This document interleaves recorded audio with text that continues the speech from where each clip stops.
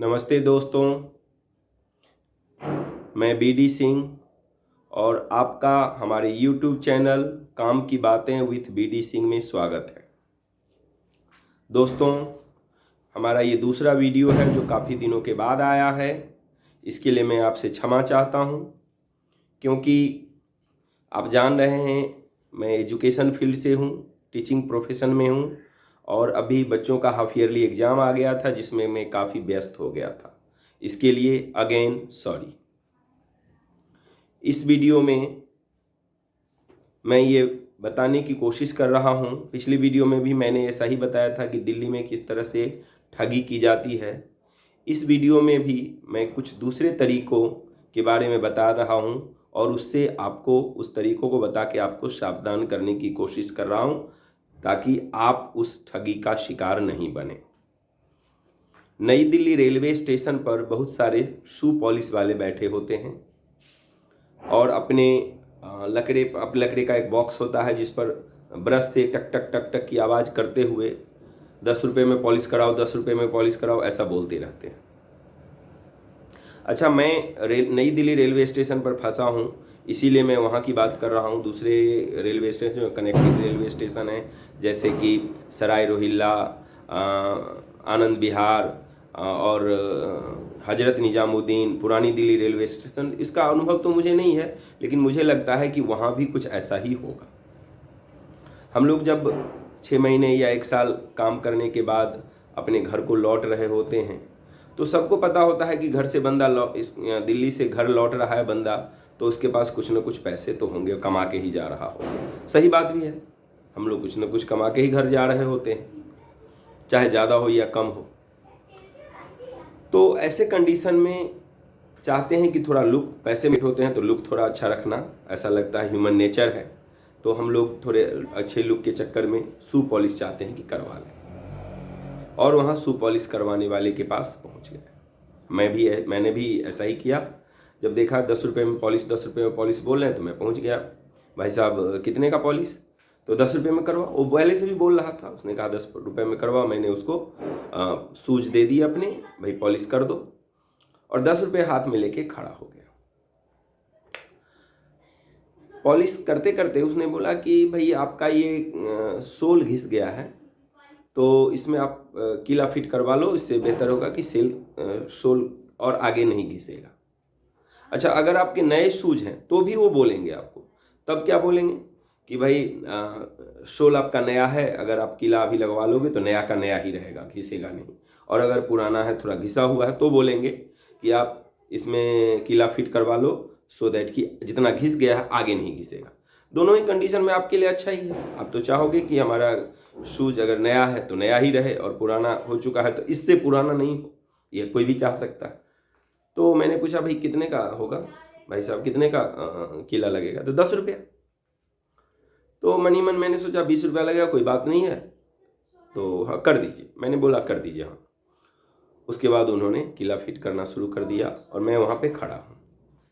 20 रुपया, अब मैं हाथ में 20 रुपया लेके खड़ा हूँ कि उनको 20 रुपये देने पड़ेंगे हमें, 10 रुपया कीला का और 10 रुपया पॉलिश का। शू पॉलिश करने के बाद उन्होंने शू हमें वापस किया और बोला 300 रुपये दो। अब मैं शॉक्ड, कोई भी शॉक्ड होगा, क्योंकि 20 रुपये की जगह अब 300 रुपये सामने वाला मांग रहा है, तो ये तो अजीब लग रहा है। मुझे लगा अजीब, ये कैसे 300 रुपये मांग रहे? भाई साहब क्यों 300 रुपये क्यों मांग रहे हो? मैंने बोला 300 रुपये क्यों मांग रहे हो? आपने तो 20 रुपया बोला था। कहा मैंने 20 कब बोला भाई? 20 तो मैंने बोला ही नहीं। तुमने पूछा तो मैंने 10 रुपया पॉलिश का बोला, और कीला तो 10 रुपये का एक होता ही है। 30 कीला लगाया है, 300 रुपया मांग रहा हूँ। बस मैं शॉक्ड हो गया और उसने ऊपर से मेरे पे एहसान बता दिया कि 10 रुपया पॉलिश का तो मैं ले ही नहीं रहा हूं तुम्हारे से, वो छोड़ रहा हूं। भाई साहब उसके बाद आप गिड़गिड़ाएंगे, कोई फायदा नहीं, दबंगई दिखाएंगे, कोई फायदा नहीं है। आजू बाजू में कुछ पुलिस वाले आपको दिखेंगे, उनको आप बताने की कोशिश करेंगे, बताने जाएंगे, कोई मदद नहीं मिलेगी। ये आप निश्चिंत हो जाएं इसके लिए। गिरगिराने का फायदा तो उनके, हम तो कोई अपने होते नहीं हैं जो गिरगिराने का उनके पर कोई फायदा प्रभाव हो। और दबंगई दिखाने का, अगर आप गांव में दबंगई भी है, कई लोग ऐसा सोचते हैं मैं गांव में दबंग हूँ, यहाँ भी अपनी कुछ दबंगई दिखा लूँगा, तो ये आप भूल जाए। इसलिए कि वो लोगों की एक टीम होती है, पूरा गैंग होता है, पूरे पुलिस वाले लंबी लाइन में बैठे रहते हैं पुलिस वाले, और सभी एक ही होते हैं। उन पर किसी तरह का कुछ प्रॉब्लम आएगा तो सब एक हो जाएंगे। अच्छा, हमारे पैसेंजर तो उनसे ज़्यादा होते हैं, लेकिन कोई पैसेंजर आपको किसी को बोलेंगे क्यों एक होगा, ये तो पॉसिबल नहीं है, सभी तो कोई किसी को पहचानता नहीं है, पैसेंजर तो कहाँ से एक होने की कोई बात ही नहीं है। ट्रेन में जब एक नहीं हो पाते हैं हम लोग, ट्रेन में लुटेरे आ जाते हैं और हम लोग एक नहीं हो पाते हैं, लूट के 4-5 आते हैं, लूट के चले जाते हैं, तो वहाँ तो एक कैसे हो पाएंगे, वो पॉसिबल नहीं। तो आपको पैसे देने ही होंगे, 300 का 300, आप गाली सुन के दें, आप मार खा के दें, मगर देना पड़ेगा। इसका कोई सॉल्यूशन नहीं है। मैंने देखा है, मैं अपने अनुभव से बता रहा हूँ, मैंने भी कोशिश की 300 रुपये बचाने की, लेकिन मैं बचा नहीं पाया। मार खाने की नौबत आई तो मुझे लगा कि अब कोई फ़ायदा नहीं है, मार खाने से बेहतर है 300 रुपये दो हमारे पास। अच्छा, जब हम लोग घर जाने लगते हैं तो ज़्यादा से ज़्यादा पैसा तो बैंक में डाल देते हैं, तो बैंक में जब डाल देते हो पास में 200-500 तक ही रखते हैं। ट्रेन में भी तो प्रॉब्लम ही प्रॉब्लम है, पॉकेट मार आ जाते हैं, कुछ नशा वाले आ जाते, नशा खिलाने वाले, से बहुत सारे प्रॉब्लम्स होते हैं। तो इसलिए हम लोग, परफेक्ट टिकट है हमारे पास, टिकट सही है, तो हम लोग क्या करते हैं कि 500 रुपया पॉकेट में रखे रास्ते खर्च के लिए, या बस में कहीं ट्रेन से उतर के बस पकड़ना हो कैसे भी तो चले जाते हैं। तो ये स्थिति है, आपको देना पड़ेगा। बचने का उपाय क्या है?